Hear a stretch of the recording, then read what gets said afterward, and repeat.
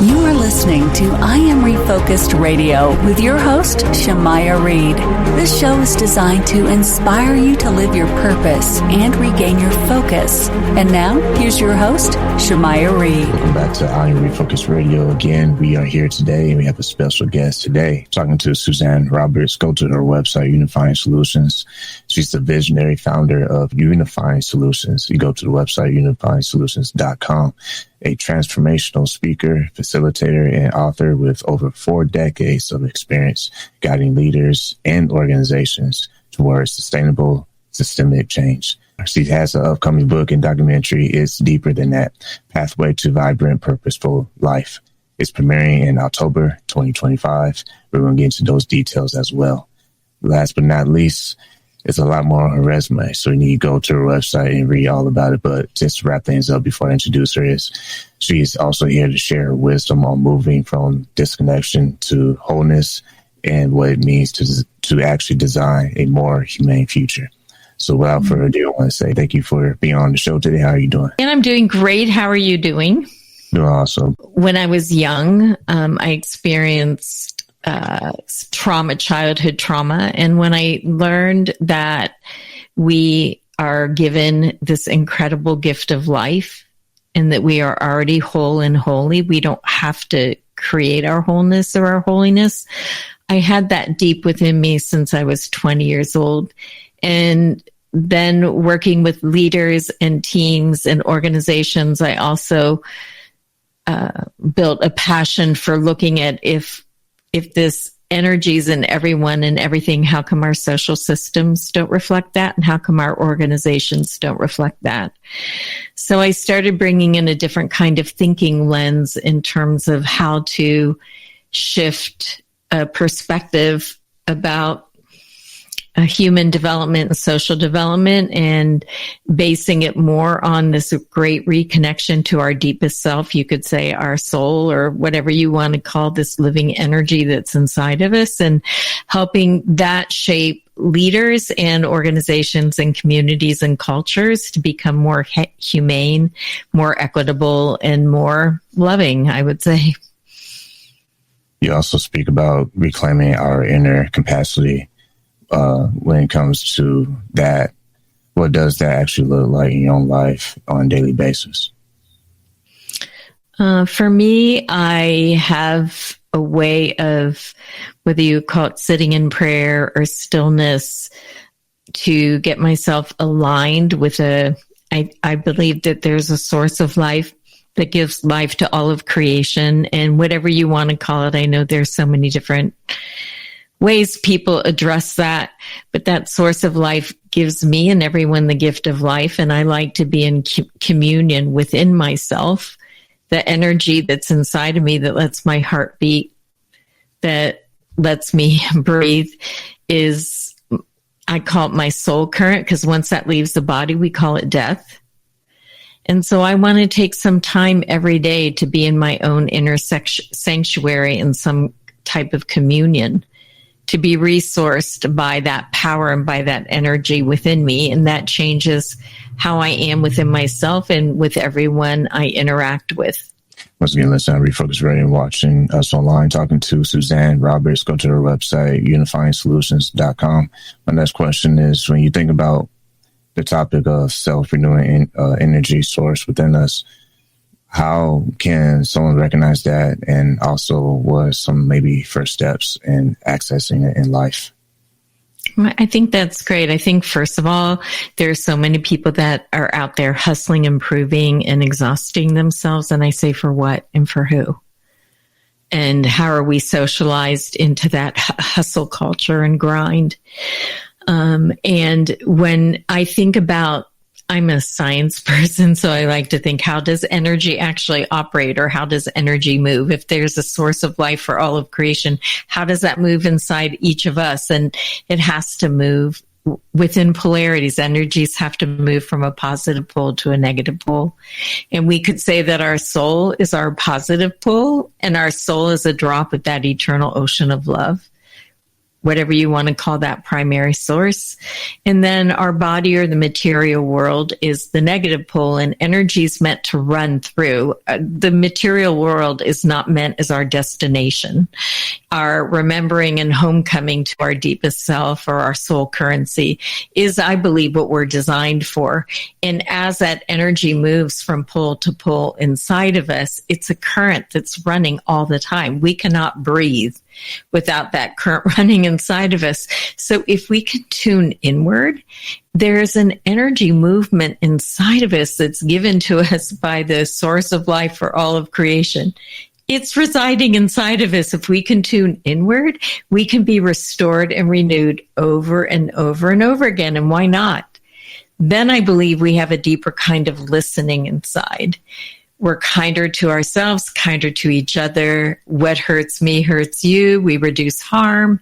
It's just a whole ecosystem of a way of being by tuning in to this self-renewing energy inside that is really honestly giving you the very gift of your own life. You can't breathe without it. And I think we don't pay attention to the very thing that's giving us life. We pay attention to what we produce in the world, or who we are in the world, or what people think about us, or whatever any of those things could be. Meanwhile, there's a pulsing energy inside of you happening all the time, calling you home to yourself over and over again. What are you listening to? The outside, the inside. When you think about trauma, that is something that can affect people in many ways. It can hinder them from making progress. It can have them have certain limitations in how they perceive the world. How can the body and energy system become pathways for healing rather than a place of pain? That's such a beautiful question. First of all, I believe trauma is digestible, or we wouldn't be here. Think about, slavery. How could people still be here after slavery, which is a huge trauma, and yet people are still here, right? Generations later living. So there's a way I'm not saying that trauma has been digested. I'm just using that as a trauma. But here's the thing though, trauma can be digested. It's not the truth of who we are. It's an experience, but it isn't the truth of who we are. What we have to look at is what do we have in our minds that are still associated with the trauma, that are limiting beliefs. And those limiting beliefs end up hurting us after the experience is over. So what we need to do is, first of all, be held. If we try to hold our trauma with trauma, we just end up stuck in trauma. But if we say, okay, these horrible things happened to me. Yes, they did. And there's also this holy energy inside of me that can hold the trauma and help digest it and tell me the truth of who I am. So my trauma isn't telling me the truth of who I am. For me, my mind, I experienced childhood sexual abuse with my father, and I just believed I was a horrible person, that I should die, that I should sacrifice myself. And after it was over, I was still living with that mindset, and I was then hurting me.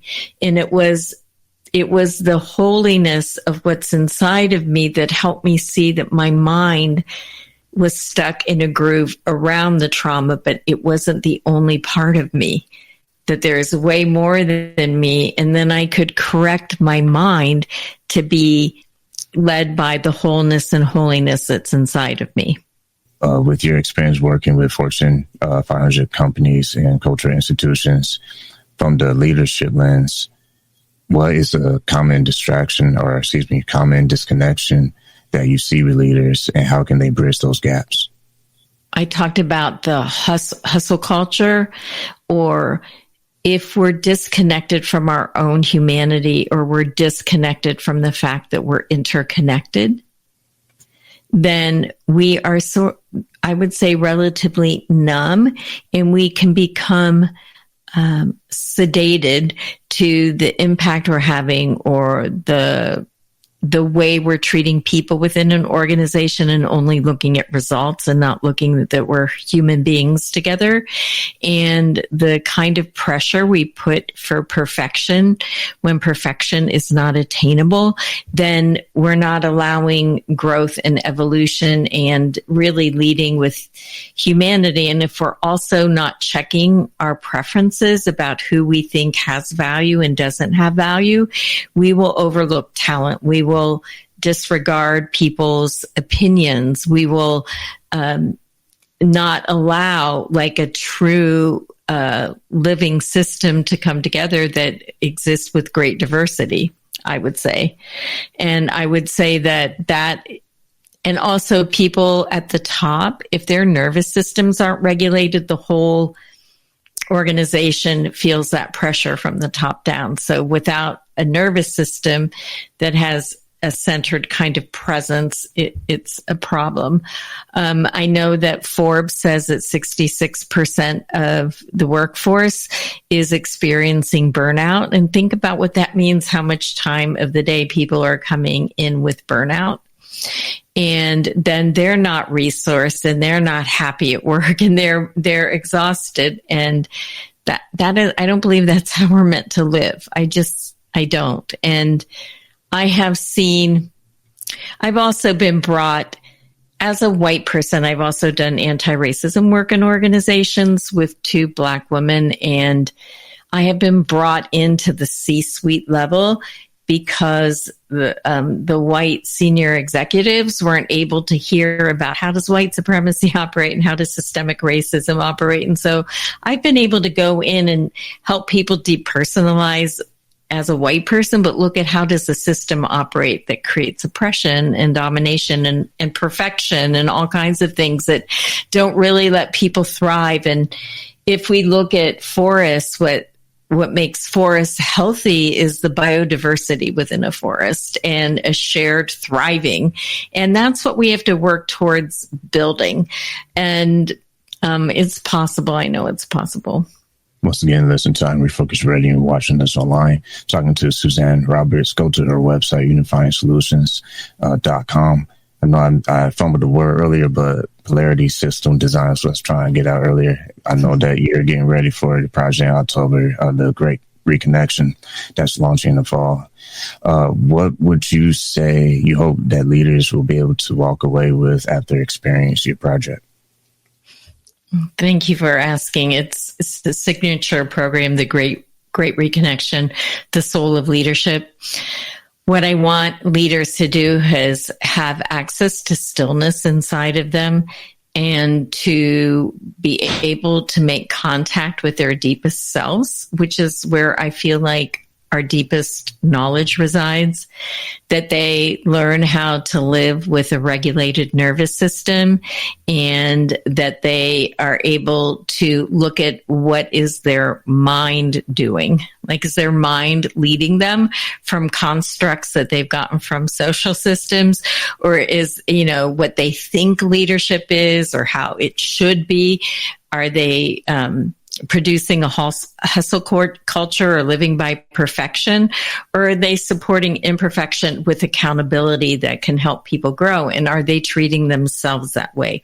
So it's a whole ecosystem of a great reconnection to our deepest self, that self-renewing energy, the regulated nervous system, the deeper listening, increasing our humanity, and being able to humanize across difference without sanitizing oppression, not pretending that it doesn't exist. And it's a whole different way of leading.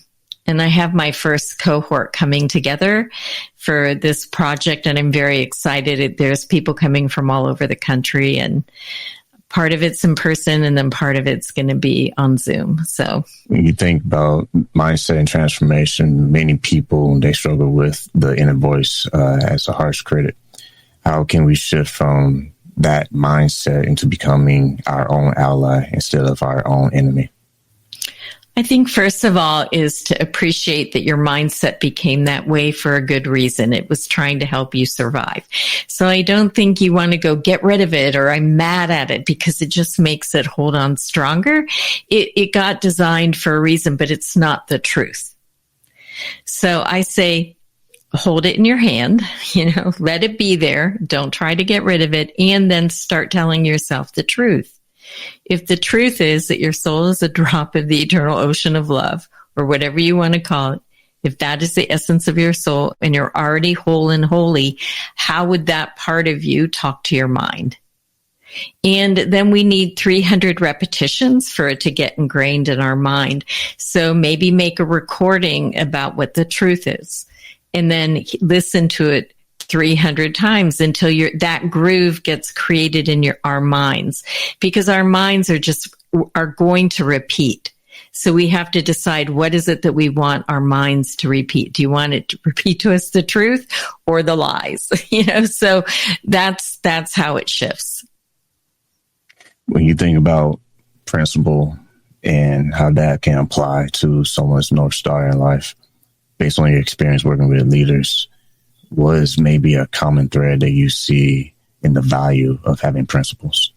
I think as human beings, we are the only form that I know of that can make decisions with a moral imperative. Animals make choices, but we can consider a moral imperative. And I believe that moral imperative is already inside of us, deep inside. It's not like we have to create it, but when we can experience that current that's inside of us, it guides us with a moral imperative. And I think if we don't get guided, but with a North Star of a moral imperative that's connected, not an imposed moral imperative, but a holy moral imperative about how we're meant to treat ourselves and each other, we need those kind of principles to question what are our biases, what are our tendencies, how do we react versus respond. We actually have choice. And I think we don't use our choice enough. We are so busy, we go on autopilot and habit and just keep churning without pausing and reflecting and considering and then choosing, what do you want to be guided by? And I think having moral imperatives and principles that are life-giving instead of life-taking are crucial in these times moving forward. People study their habits. A lot of it stems from life experiences and what they maybe went through younger or, just recent experience. How do you see people understanding the true healing process of overcoming certain things that might be holding them back still today? I think everyone has to reach a threshold. The thing that has been causing them suffering is now costing them too much. And they're longing for something else. If you don't long for something else or don't have a taste that there's something else or something more, why change? And there has to be a cost to the ways that you might be stuck by your trauma or by your history.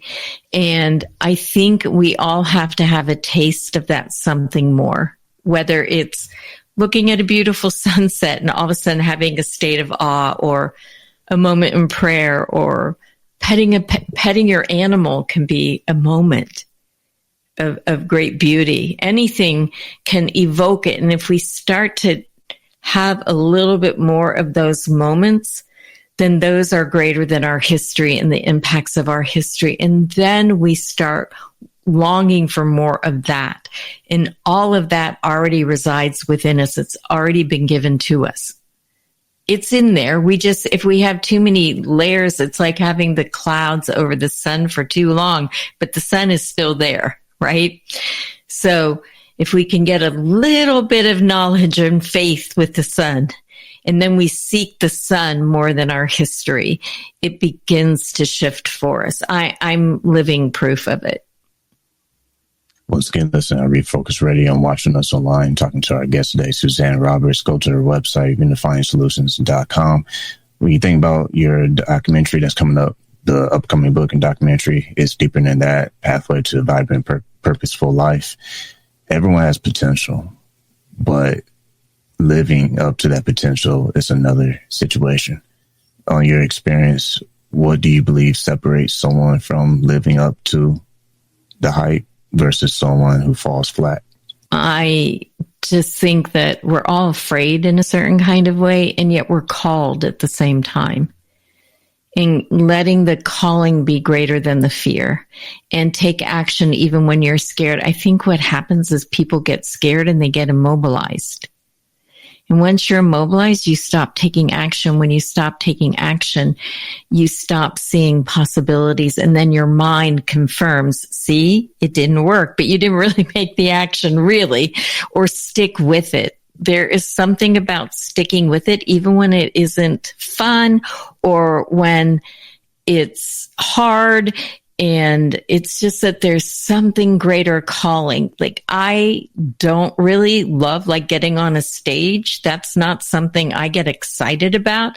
But I've had this calling about reducing racial harm in the world. And so I joined James A. White. You can look him up. He's amazing. He has a TED Talk. He's a Black man. He's in his 80s now, but we did for many years a safe conversation about race. We'd have 150 to 200 people, come to hear us. And I'm like this, white woman talking about white supremacy and race in the community. And it's like very exposing and not a popular topic, and say, but I just felt like I was made a certain way and I had so much passion for it. I overcame being in front of people. And so I guess what I would say is if you can tune into the thing that's calling you, that's like you would regret going to your grave without doing, then just find small steps to start taking action, and don't wait till you're comfortable. Like, you'll be waiting forever. You're waiting for that moment. Like, just do it afraid and trust that you're being guided. Like, if you're being called, you're being guided, you're being asked. That's how I feel. It's like, if I'm being asked, I didn't decide I wanted to talk about race. I felt like I got told to talk about race, and I'm going to listen and act. So I don't know if what you think of that, but that's what works for me. Acting is the only medicine to the pain, in my opinion, because the pain never stops if you don't move. Yeah. And as soon as you make a decision to actually get up and do something about whatever it is you're moping about, nothing really changes until you actually get up. And the longer you stay, the worse it gets. Totally. And you don't have to be comfortable getting up or excited about it, just get up. Once again, listen, I'm Refocus Radio, watching us online, talking to Suzanne Roberts. Go to her website, Unifying Solutions. Also, before I start, I heard you have a little nice opportunity for our listeners. If you can, share that website link and how they can find out more information about it. Absolutely. If you go to my website, you can, on the front page, unifyingsolutions.com, you can click on Get Started. It's a way for you to have a 30-minute session with me to talk about whatever you want to talk about. And also, if you go to the top of the website, it'll say Book Portal. Click on it. Once again, listen to Refocus Radio and watching us online, talking to our guest, Suzanne Roberts. Like always, want to say to you, thank you for your time. Thank you for having me here.